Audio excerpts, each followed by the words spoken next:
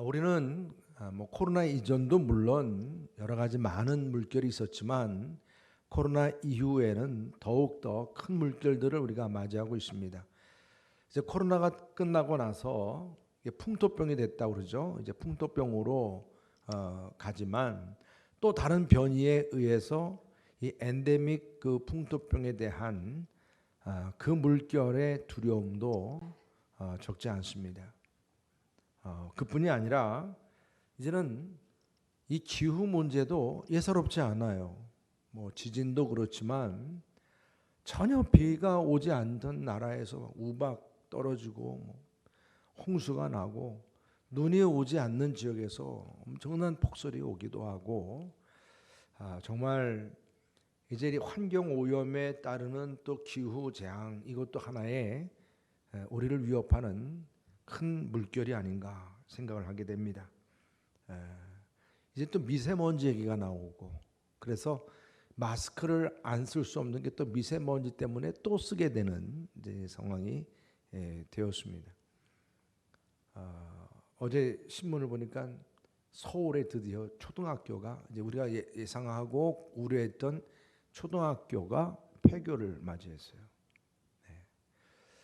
인구 절벽이라고 하는 말을 벌써 10여 년 전부터 우리가 심각하게 얘기를 하면서 앞으로 10년 후에 지금부터 10년 후에는 더 심각해진다. 이제 그렇게 우리가 알고 있는 상황이 이제 시작된 부분이라 생각이 됩니다.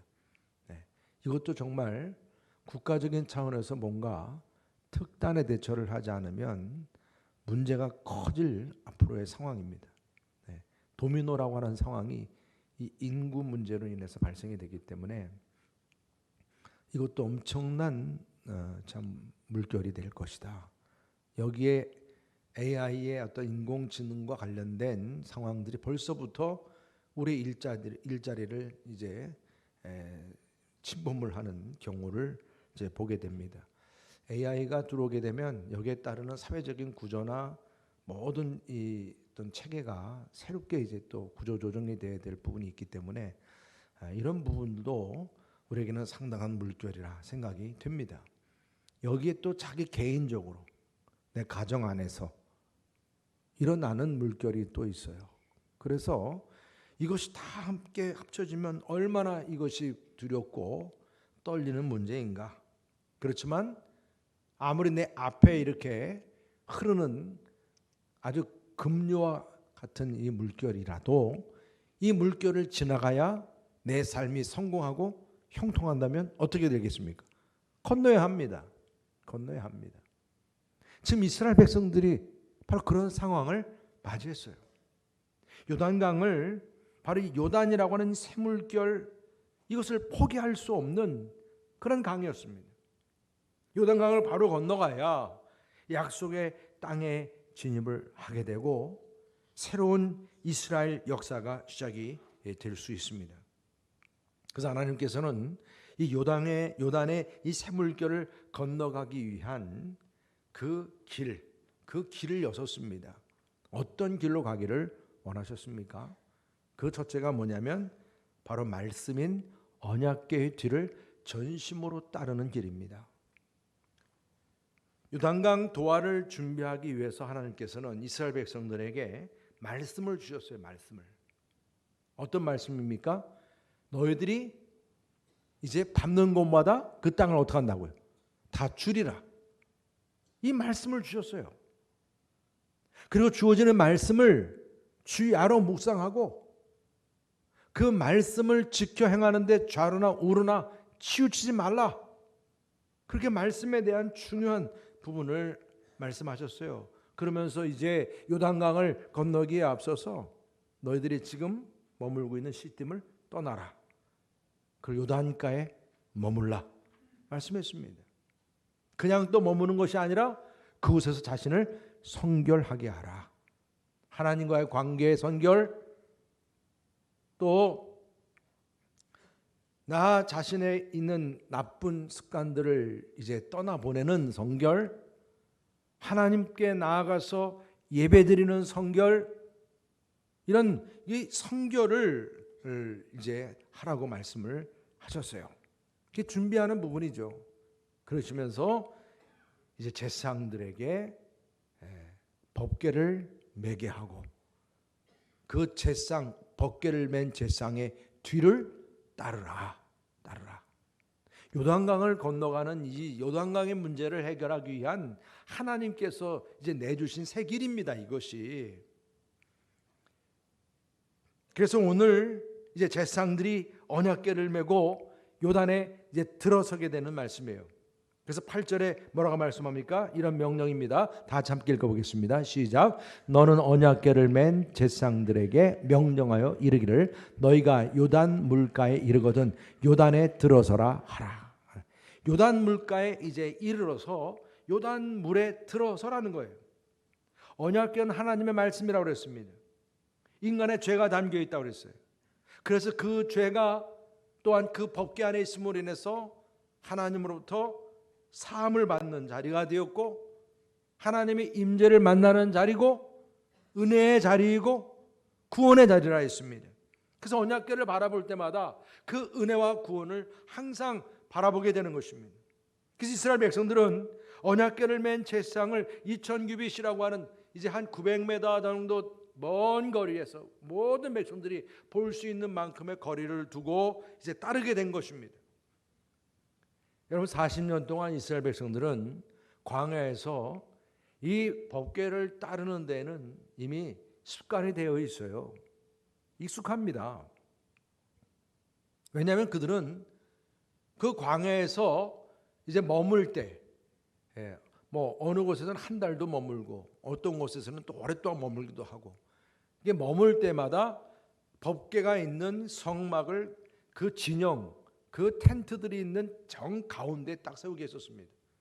그리고 그들이 먹고 자고 지내는 자신들의 진영은 동서남북으로 법궤 있는 성막을 중심으로 다 그 진영이 세워졌던 것입니다. 그러다가 또 다시 행진하게 되면 다 걷어서 또 법궤를 앞전에 두고 또 따라가는 거예요. 그런데 지금 백성들은 광야에서 한 번도 경험해 보지 못한 명령을 받습니다. 급류로 흐르는 그 요단강, 그들 앞에 지금 건널 수 없는 강처럼 물이 불어나 있는 아주 급류로 흘러가고 있는 요단강을 건너는데 법궤를 메고 요단을 건너라는 거예요. 그러한 제사장을 따르라는 명령입니다. 여러분 이 명령은 지금까지 말입니다.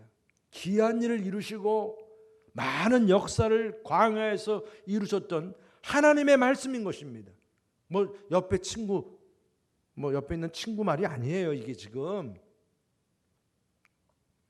지금까지 세계를 만드셨던 하나님께서 이제 요단 건너는 문제가 참 이들에게는 큰 문제였는데 이 문제 해결을 위해서 주신 말씀이 제사장들이 법궤를 메고 앞장서고 그 뒤를 따르라 이 명령이 주어졌습니다.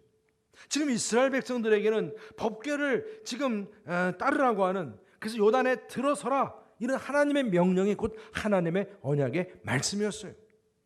이스라엘 백성들은 이 요단강을 건너는 문제 이 문제만이 아니에요. 이제 사실은 더 나아가서는 가나안 땅에 들어가서 바로 이처럼 하나님의 말씀을 따르고 법궤를 바라보고 좌로나 우로나 치우치지 말고 이 살아가라고 하는 그 어명이 담긴 말씀인 거예요. 여러분 지금까지 인도하신 하나님께서 이제 앞으로 이 요단강 넘어서까지도 인도하신다고 하는 그러한 하나님의 말씀인 것을 분명히 믿고 따르라는 것이죠. 이 말씀을 잘 들으라는 거예요. 여러분 지금도 여러분 앞에 정말 건너기 힘들 정도의 아주 급류로 흐르는 그러한 강물이 여러분들 앞에 놓여 있습니까? 이스라엘 백성들에게 주어진 하나님의 말씀과 그 백성들을 인도하신 그 법궤가 바로 지금 여러분들에게도 주어졌음을 믿으시길 바랍니다. 그 법궤 말씀을 따르고 그 강을 건너겠다고 하는 결단이 저와 여러분들도 함께 하시기를 주의 이름으로 축복합니다. 그리고 이 말씀 오늘 하나님의 인도하심이 이 말씀 안에 있는데 바로 그 하나님의 인도하심을 전심으로 믿는 길입니다. 믿음이 중요한 거예요. 두 번째는요. 하나님은 이스라엘 백성들에게 요단을 건너라고 지시하시면서 먼저 이스라엘 이 백성들이 이제 지도자의 말을 들어야 되니까 바로 여호수아의 리더십에 대한 믿음, 그 믿음을 갖게 하였습니다. 그래서 7절에 주어진 말씀이에요. 여호와께서 여호수아에게 이르시되 내가 오늘부터 시작하여 너를 온 이스라엘의 목전에서 크게 하여, 즉 크게 한다는 거예요. 얼마큼 크게 하느냐? 모세와 함께 있었던 것 같이 너와 함께 있는 것을 그들이 알게 하리라 그랬어요. 이미 40년 동안 이스라엘 백성들은 모세에 대한 그 권위와 또 하나님의 말씀이 그를 통해서 주어진다고 하는 이 사실에 대해서는 하나도 이제 의심하지 않게 되었어요. 그 정도로 모세의 권위는 대단했는데 그 모세가 이제 떠나갔습니다. 그리고 그 후계자가 누구예요? 여호수아예요. 근데 여호수아가 이제 앞으로 큰 일을 감당하면서 이 백성들을 끌어야 되는데 여호수아의 말을 듣는 데 있어서는 모세만큼 그렇지 않다는 거예요. 그런데 오늘 뭐라고 말씀하세요? 내가 모세와 함께 있었던 것 같이 너와 함께 하리라. 내가 모세에게 주었던 그 능력과 권위를 누구에게도 준다는 거예요? 이젠 여호수아 너에게도 주겠다. 모세와 일치되는 그 믿음, 이 백성들이 이제는 모세만이 아니라 너에게도 그러한 믿음을 보이게 하겠다. 왜요? 이 여호수아의 말을 믿어야 하나님께서는 이 여호수아를 통해서 하나님의 놀라운 구원의 계획을 말씀하실 거 아니겠습니까? 그 여호수아의 그 말씀을 듣는 것이 곧 하나님의 말씀을 듣는 것이기 때문에 그렇습니다. 그럼 더 나아가서 하나님께서는 이 여호수아의 리더십을 믿게 하는 것만 아니라 더 나아가서는 더 근본적으로 하나님, 그 하나님의 어떤 분이시고 하나님을 믿도록 하는, 그래서 하나님을 깨닫고 믿게 하기를 원하셨다는 거예요. 여러분, 그들 지금 앞에 서서 누가 갔는가? 지금은 분명히 가나안 땅을 정복하라고 하는 명령 받고 가는데, 그렇다면은 예전부터 지금 얘기했던 그 선발대들 있잖아요. 므낫세부터 해서, 그렇죠? 그들이 먼저 앞장서 가지고 무장된 말 그대로 특수 요원 부대들이 쫙 앞장서 가지고 앞으로 나가야 되고, 그뿐 아니라 더 앞에는 또 수장이 되시는 여호수아 장군이 딱 앞장서 가지고 전군 앞으로 막 그래야 될 거 아니겠어요? 상상해 보면 그래요. 또 요즘 군대로 말하면 지금 강을 건너면 어떻게 해야 돼요? 공병대가 앞장서 가지고 어떻게 해야 돼요? 다리를 또 만들어야 될 거 아니에요? 이런 생각을 할 수가 있을 텐데, 그러한 군인들은 다 안 보이고 지금 전쟁도 할 줄 모르는 제사장들이 지금 뭘 어깨에 맸어요? 법궤를 어깨에 메고 앞장서 가고 있는 거예요. 이게 지금 이게 아마 여러분들 멀리서 이렇게 하늘에서 내려본다고 그래도, 요즘같이 드론으로 한번 본다고 그래도 이게 코미디지. 싸우러 간다는 사람이 어떻게 법궤를 앞장 세워서 가냐고요.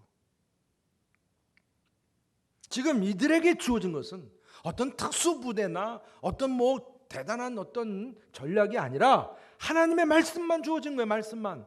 우리 13절 말씀 다 같이 한번 읽어보겠습니다. 13절 말씀 시작. 온 땅에 주 여호와의 궤를 맨 제사장들의 발바닥이 요단물을 밟고 멈추면 요단물 곧 위에서부터 흘러내리던 물이 끊어지고 한 곳에 쌓여 서리라. 아멘. 아멘. 여러분, 지금 이들의 가장 큰 고민이 뭐예요? 그들 앞에 지금 그들을 가로막고 있는 요단강 문제예요. 이 요단강도 너무 불어가지고 평소에 30m도 안 되는 그런 요단강이 지금은 1km가 넘게끔 그 물이 넘쳐 흐르고 있단 말입니다. 이걸 어떻게 건너가냐고요. 저 같은 사람은 건너가라면 건너가겠어요. 왜? 아주 젊다고 말했는데 수영할 줄 아니까 저는. 그러니까 건너가요. 그러나 다 그런가요? 못하죠. 불가능한 일이죠. 그러니까 이게 바로 뭘 말하는 거예요? 이게 불가능한 문제가 지금 앞에 있는데 여기에 대한 방법을 세상적으로 이것저것 다 따지는 것이 아니라 오늘 뭐라고 말씀해요? 그냥 말씀만 주어졌어요. 그냥 제사장의 법궤를 메고 가라는 거예요. 그리고 그 발을 그 물에 디디라는 것입니다. 그러면 어떻게 된다고요? 물이 끊어진다는 거예요. 끊어진다는 거예요. 와, 이 말씀 하나입니다. 이 말씀 하나만 믿고 가라는 거예요. 이 믿음입니다, 여러분. 얼마나 황당했겠어요? 생각해 보십시오. 여러분, 하나님께서는 지금 여호수아보다도 모세보다도 하나님 자신을 더 믿고 하나님께 주신 이 말씀을 더 믿는 믿음을 원하신 거예요. 뭐 싸움을 잘하는 군사를 보는 게 아니고, 리더십이 좋은 리더를 보는 게 아니고, 지금 그 말씀을 믿고 따를 거냐 아니냐는 거죠. 지금 그들에게 주어진 이 말씀은 동네 친구 말이 아니고 우주 만물을 창조하시고 온 땅을 다스리시는 주인 되신 하나님께서 주신 말씀이심을 믿고 따른다는 것입니다. 여러분, 이것은 이미 우리가 2장 말씀에서 보았습니다.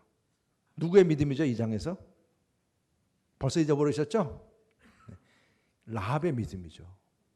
여러분, 이 여호수아서 말씀을 1장부터 쭉 읽어가다 보면요, 2장을 그냥 딱 덮고 뛰어 넘어가도 이야기의 흐름은 연결됩니다. 이게 왜 갑자기 라합이 나왔을까? 근데 여기서 그 비밀이 밝혀져요. 하나님께서는 이 라합의 믿음을 보여주길 원했던 거예요. 라합의 믿음. 가족을 구원했죠. 그리고 더 나가서 이스라엘 백성들에게 큰 승리의 확신을 주었죠. 그뿐 아니라 이스라엘 백성들에게 믿음의 본이 되었던 라합이었습니다. 라합과 같은 믿음이 바로 여호수아와 모든 백성들에게 요단을 건너게 하는 결정적인 믿음을 보게 한 것입니다. 보지 않고도 믿은 거예요. 하나님에 대한 소식만 듣고도 하나님을 믿고 고백하는 믿음이 라합에게 있었던 것입니다. 하나님은 그런 믿음을 지원하신 거예요. 홍해를 건널 때 이스라엘 백성들이 뭐 한 게 있었나요? 그들은 그냥 홍해가 앞에 있으니 이거 어떻게 건너가야 되나 막 이러고 있을 때 하나님께서 뭐라고 말씀하셨어요? 너희들은 그냥 가만히 서서 보기만 하라고 그랬습니다. 어떤 일이 일어날지 보기만 하라는 것입니다. 모세가 지팡이를 드는 순간 하나님께서 그 홍해를 가르시고 그 땅을 마르게 하셨어요. 이 역사가 여러분 요단강에서 이전에 벌써 일어난 역사예요. 근데 지금 이 요단강 앞에 선 이스라엘 백성들은 어떤 세대들이에요? 이미 그 1세대들, 홍해 그 역사를 경험했던 세대는 이미 다 광야에서 죽었어요. 지금은 2세대들이에요. 다음 세대들입니다. 그들은 몰랐어요. 그런데 지금 요단강 앞에서 그 믿음을 하나님께서 시험하신 거예요. 여러분, 너희들은 홍해에서 일어난 것처럼 지금도 뭐예요? 가만히 서서 어떤 역사가 일어날지 바라보기만 하라는 거예요. 하나님께서 다 이루신다는 거예요. 하나님의 구원은 여러분 내가 어떻게 해서가 아니라 하나님의 은혜로 주어지는 거예요. 여러분, 우리가 정말 구원이 우리에게 주어진 것도 예수 그리스도의 십자가의 은혜로 영접함으로 인해서 믿음으로 주어진 하나님의 선물임을 믿으시길 바랍니다. 정말 얼마나 감사합니까? 세상에 어떤 박해가 주어지고 고난이 주어지고 예기치 못한 요단강 물 같은 새 물결이 내게 닥칠지라도 가만히 바라보라는 거예요. 예수 그리스도의 은혜만을 믿고 따르라는 것입니다. 그러면 그 모든 문제를 해결해 주신 은혜가 주어짐을 믿으시길 바랍니다. 그 믿음을 오늘 말씀하신 거예요. 그리고 마지막으로 주시는 것이 그 말씀에 전심으로 순종하는 길입니다. 순종하는 길입니다. 오늘 여호수아는 이스라엘 자손에게 뭐라고 말씀합니까? 이리 와라 이 말씀을 줍니다. 9절에 말씀합니다. 여호수아가 이스라엘 자손에게 이르되 이리 와서 너의 하나님 여호와의 말씀을 들으라 하고 그랬어요. 구약 성경에서도 그렇고 성경 말씀에 이리 와라 하는 말씀은 특별히 지금 선포되는 말씀이 너무나 중요하니까 선지서 말씀에서 이런 표현들이 나옵니다. 이리 와라. 그래서 선포되는 말씀이 얼마나 중요한지 잘 듣고 순종해야 한다. 순종해야 하는 말씀이기 때문에 이리 와서 들으라는 거예요. 그러면서 이 백성들에게 지금 이제 주어진 말씀대로 어떻게 순종합니까? 제사장들이 앞장서고 백성들이 뒤를 따르게 되었습니다. 우리 14절 말씀 다 같이 함께 읽어보겠습니다. 14절 말씀 14절 시작. 백성이 요단을 건너려고 자기들의 장막을 떠날 때 제사장들은 언약궤를 메고 백성 앞에서 나아가니라. 아멘. 말씀대로 제사장들이 법궤를 메고, 이것은 수레로 못 끌게 돼 있죠. 채가 꽂혀 있는 그 법궤는 레위인들이 어깨에 매게끔 되어 있는데, 특별한 경우는 오늘 제사장들이 매게끔 했던 것을 볼 수가 있습니다. 여러분, 이 제사장들은 다른 레위인과 다른 이유가 뭡니까? 나이도 더 있을 것이고 관력도 있고 나름대로의 영향력이 있는 리더들이에요, 제사장들이면. 근데 그들이 지금 그 무거운 법궤를 들게 된 거예요. 한편으로 생각하면 좀 꿍시렁 될 만한 이유가 돼요. 야, 내가 이거 지금 이거 매게 됐냐? 그죠? 아니, 이 무거운 걸 이 더운 날, 그러지 않아도 지금 제사장 옷은 긴 옷을 입고 있는데 이게 땀 뻘뻘 흘리면서 말이에요. 그런데 더더욱이 이거 정말 말씀대로 될 거야, 안 될 거야? 아니, 그런 생각을 할 때 사람들은 불순종의 이유가 되잖아요. 의심하게 되고, 그 말씀이 진짜 그렇게 될지 여러 가지로 많은 그 만감이 교차되는 그런 생각들이 있을 텐데, 하나도 군말이 없이 오늘 말씀 보니까 그냥 어깨에 메고 지금 어떻게 해요? 법궤를 메고 백성들 앞에 걸어가고 있는 모습을 보게 됩니다. 그리고 궤를 맨 제사장들이 금류인 요단강에 발을 이제 잠게 됩니다. 15절 말씀 보면, 요단이 곡식 거두는 시기에는 항상 언덕에 넘쳐, 지금 물이 이 우기이기 때문에 거기다가 헐몬산에 얼음물이 다 녹고 그러기 때문에 물이 갑자기 불어요. 엄청난 물량이 지금 불어있는 그곳에 그 언덕이 있다고 하는 얘기는 그만큼 이제 물이 그렇게 많아도 어느 끝에 그 둔덕은 있다는 얘기죠. 그곳에서 이제 이 제사장들이 발을 딱 댔다는 거예요. 여러분, 이게 정말 생각해 보면, 저는 모세도 지팡이를 들라 해서 들면 바다가 갈라지리라 할 때, 만약에 이거를 들었는데 어떻게 해요? 아무런 현상이 안 나타나면 얼마나 창피해요. 지금도 그런 상황이에요. 이거 무거운 건 무거운 대로 무겁고, 이거 지금 하나님 말씀을 내가 순종하지만, 이거 발을 집어넣는 순간 쫙 미끄러워서 막 그냥 빠져들어가면 그냥 이거 문제인데, 아니면 뭐예요? 이 법궤가 그나마 나무로만 돼 있다 그러면 물에 빠져도 그냥 내가 매달리면 난 살잖아요. 근데 이거는 금으로 다 포장이 되어 있으니까 무거워서 의지할 수도 없는 거예요. 생각해보면 상당히 그 급류를 바라보는 순간 여러 가지 생각이 났을 거예요. 얼마나 두려웠을까. 그러나 여러분, 이 궤를 메고 이 물 속에 지금 담대하게 들어간 이 제사장들의 용기를 보게 되는 거예요. 이게 바로 믿음에서 나온 거예요. 믿음에 따른 순종이에요. 그래서 이들이 그 발을 대는 순간, 여러분 어떤 역사가 일어났습니까? 15절 16절 다 같이 함께 읽어보겠습니다. 15절 16절 시작. 요단이 곡식 거두는 시기에는 항상 언덕에 넘치더라. 궤를 맨 자들이 요단에 이르며 궤를 맨 제사장들의 발이 물가에 잠기자 흘러내리던 물이 그쳐서 사르단에 가까운 매우 멀리 있는 아담 성읍 변들에 일어나 한 곳에 쌓이고, 아라바의 바다 여매로 향하는 흘러가는 물은 온전히 끊어짐에 백성이 여리고 앞으로 바로 건널새 여호와의 언약궤를 맨 제사장들은 요단 가운데 마른 땅에 굳게 섰고, 그 모든 백성이 요단을 건너기까지를 마칠 때까지 모든 이스라엘은 그 마른 땅으로 건너갔더라. 아멘. 자, 여러분 보십시오. 오늘 여기 지금 보면 이 궤를 맨 제사장들이 발을 물가에 대자마자 요단강 물이 끊어지는 역사가 일어났습니다. 여러분, 이게 그냥 끊어진 게 아니에요. 이게 그냥 여기 지금 말씀 가운데 보니까 어디까지 올라가냐면 아담 성읍 변두리에 그곳까지 물이 가서 쌓였다고 하는 이 표현은 북쪽으로 말하자면 20km 정도까지 이게 물이 말아 올라간 거예요. 이게 어떻게 이런 일이 제가 그래서 이 말씀을 준비하면서 여러분들처럼 여러 가지로 많이 고민했겠어요, 안 했겠어요? 이게 어떻게 이런 일이 일어날까, 그렇죠? 정말로 많은 학자들도 이 문제 가지고 고민을 했더라고요. 그래서 어느 정도까지 확인을 해봤냐면 이 연도쯤에 비슷하게 이 지역에서 엄청난 이 튀르키예처럼 엄청난 지진이 일어났다는 거예요. 그것이 이 강물을 막은 것이 아니냐? 그것도 그럴듯하네요. 그런데 사실 다시 나중에 물이 어떻게 돼요? 다시 또 모이잖아요. 그런 건 아니에요.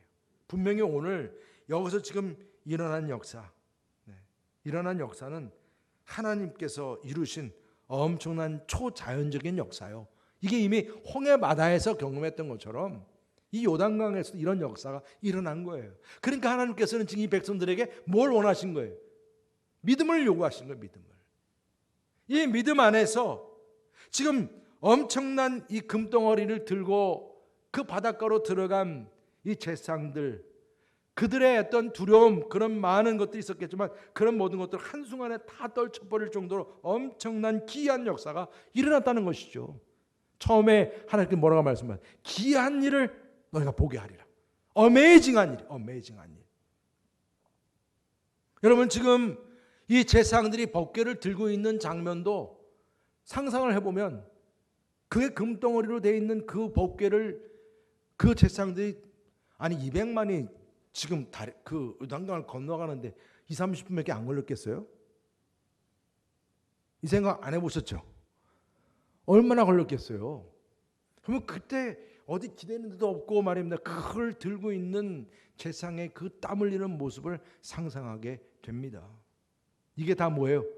믿음으로 이루어진 역사예요. 순종하는 역사예요. 힘들어도 그냥 내가 왜 이러려고 태어났나 불평하는 게 아니라 끝까지 굳게 서 있는 거예요. 왜? 이 법궤가 서 있음으로 인해서 저 물이 지금 침범하지 못하는 거예요. 법궤로 인해서 이 땅이 지금 마른 땅이 된 거예요. 하나님의 귀한 일이 일어난 것입니다. 여러분 이 순종한 백성들은 갈라진 요단강 마른 땅을 건너갔어요.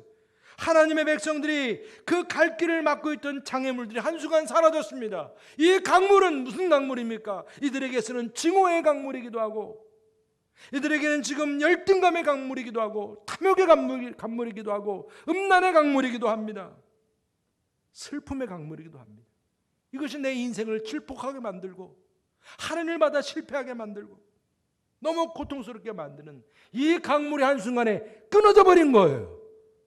그리고 여러분 이 장면을 바라보고 있는 가나안 그 백성들은 말 그대로 말로만 들어서 간담이 선을 했는데 이건 직접 보게 되니 얼마나 지금 이들은 완전 전의를 상실해 버린 거예요. 여러분 이것이 바로 하나님의 역사예요. 우리에게 주어지는 말씀과 그 말씀에 대한 믿음과 그 믿음대로 순종하는 자들에게 주어지는 하나님의 능력임을 믿으시기를 바랍니다.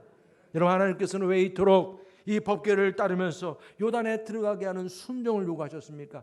여러분 요단에 들어가는 건 이제 시작에 불과한 거기 때문에 그래요. 여러분 이제 우리가 여호수아서 몇 장까지 왔어요? 3장밖에 안 되잖아요. 진짜는 뭐예요? 앞으로 이제 이 가나안 땅을 정복해 나가는 과정 속에서 정말로 중요한 게 뭐예요?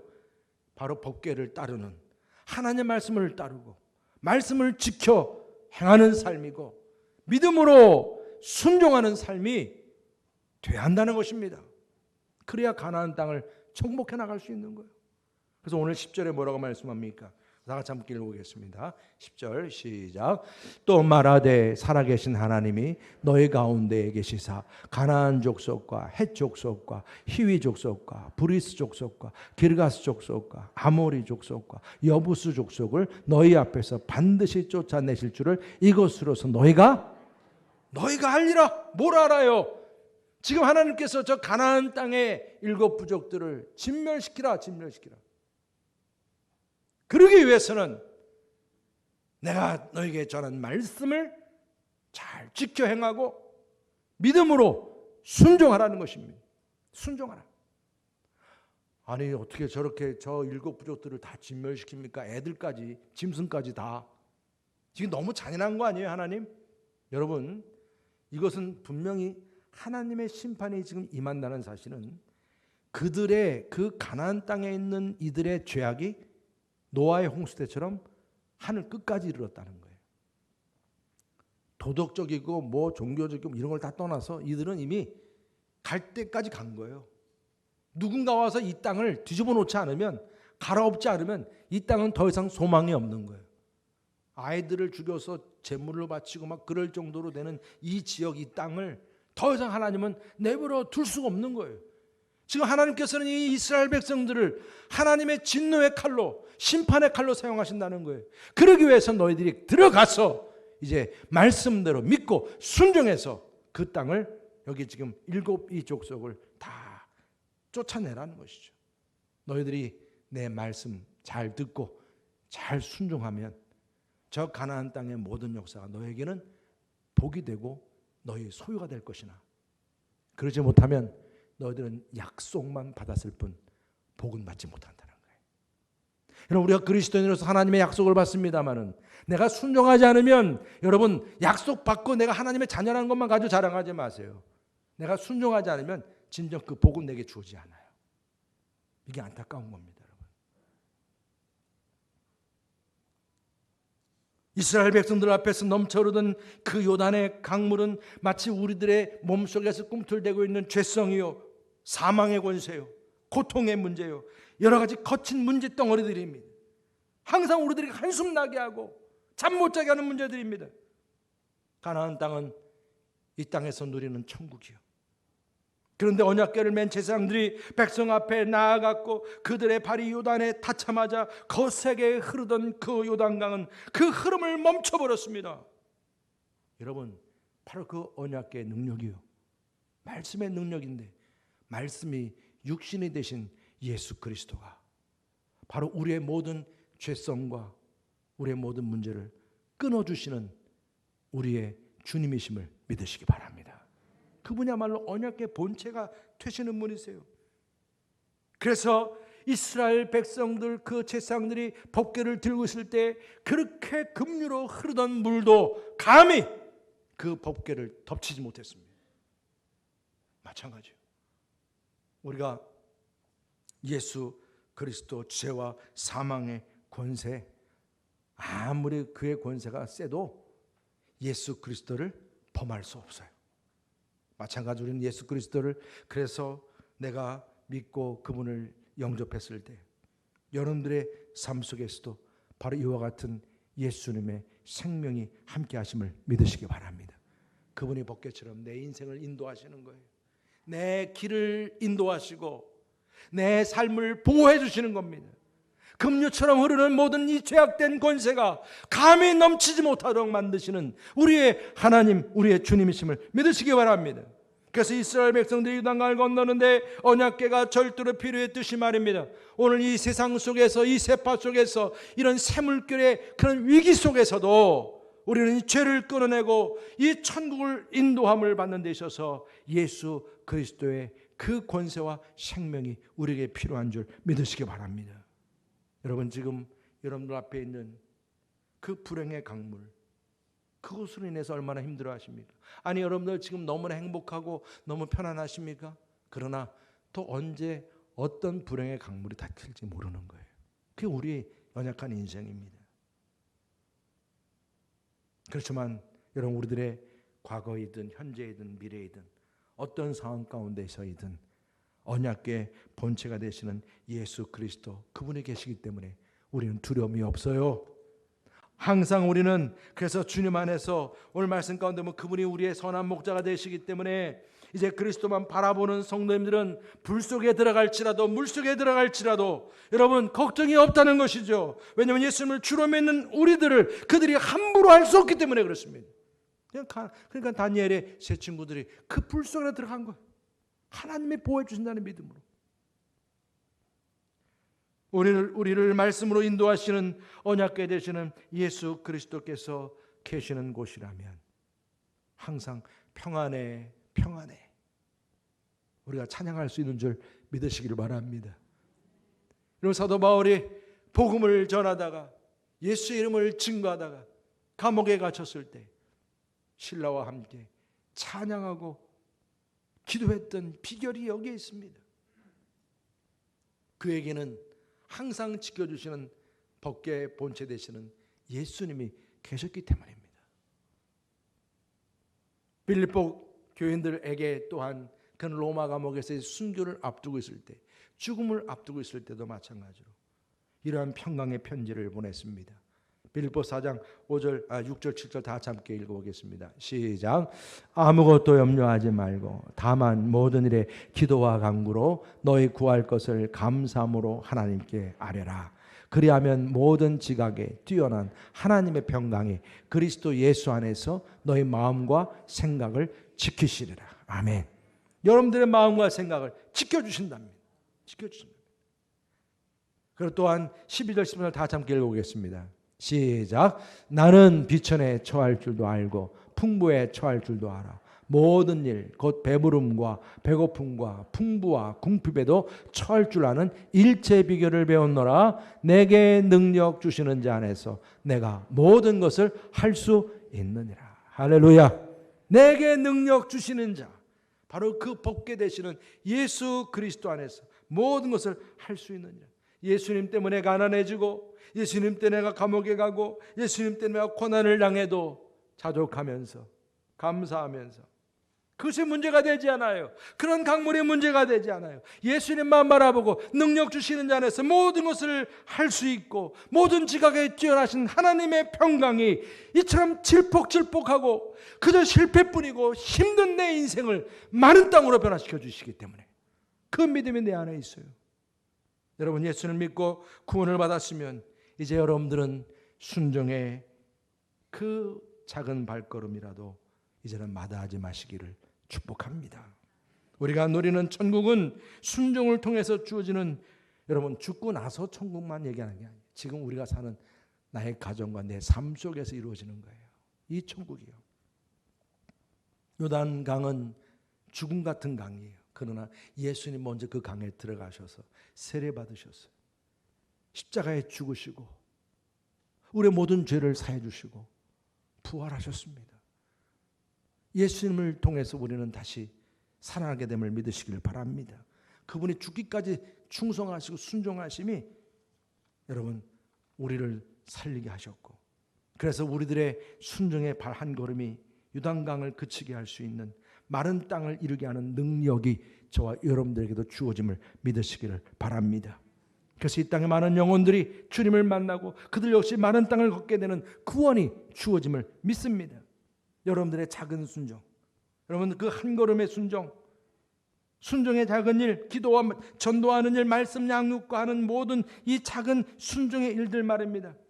이것이 하나님만이 아니라 우리 여러분교회와 우리 성도님들 여러분 모두를 정말 영화롭게 하고 영광스럽게 함을 믿으시기를 바랍니다. 정말 작은 일의 순종이 기적 같은 하나님의 나라, 이 땅에 놀라운 구원의 기적이 저는 여러분들 우리의 가족 안에 또 우리 교회 안에 일어날 수 있기를 주님의 이름으로 축복합니다. 할렐루야. 오늘 시간에 삶의 작은 일에도 정말 우리의 이 삶의 작은 순종이라도 놀라운 축복이 일어나도록 함께 우리 찬양하길 원합니다. 삶의 작은 일에도, 삶의 작은 일에도 그 마음을 알기 원하네. 그 좁은 길로 가기 원해.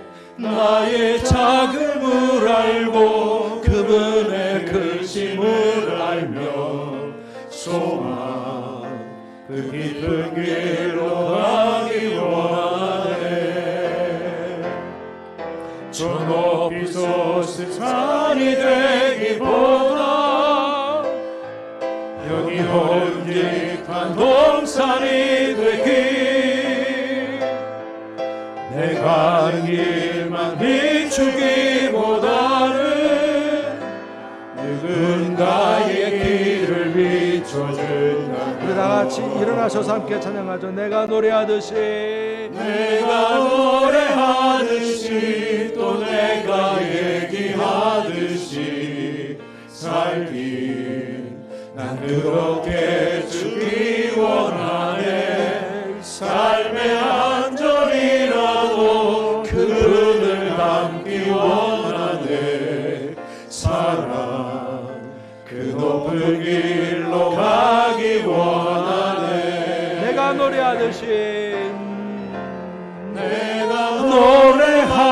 하듯이 또 내가 얘기하듯이 살길 난 그렇게 주기 원하네. 삶의 한 점이라도 그를 남기 원하네. 사랑 그 높은 길로 가기 원하네. 순종의 길로, 그 순종의 길로 가길 원하네. 제가 만든 거예요. 여러분 정말 우리가 순종의 길로 갈 수 있기를 축복합니다. 여러분들의 작은 하나의 순종, 작은 일이 정말 요단 강물을 끊어지게 하는 거예요. 여러분들의 모든 문제를 끊어지게 하는 거예요. 이런 역사가 함께 하시기를 축복합니다. 우리 여러분들에게 서로 축복하시길 바랍니다. 믿음으로 작은 일에도 순종합시다. 믿음으로 작은 일에 순종합시다. 할렐루야.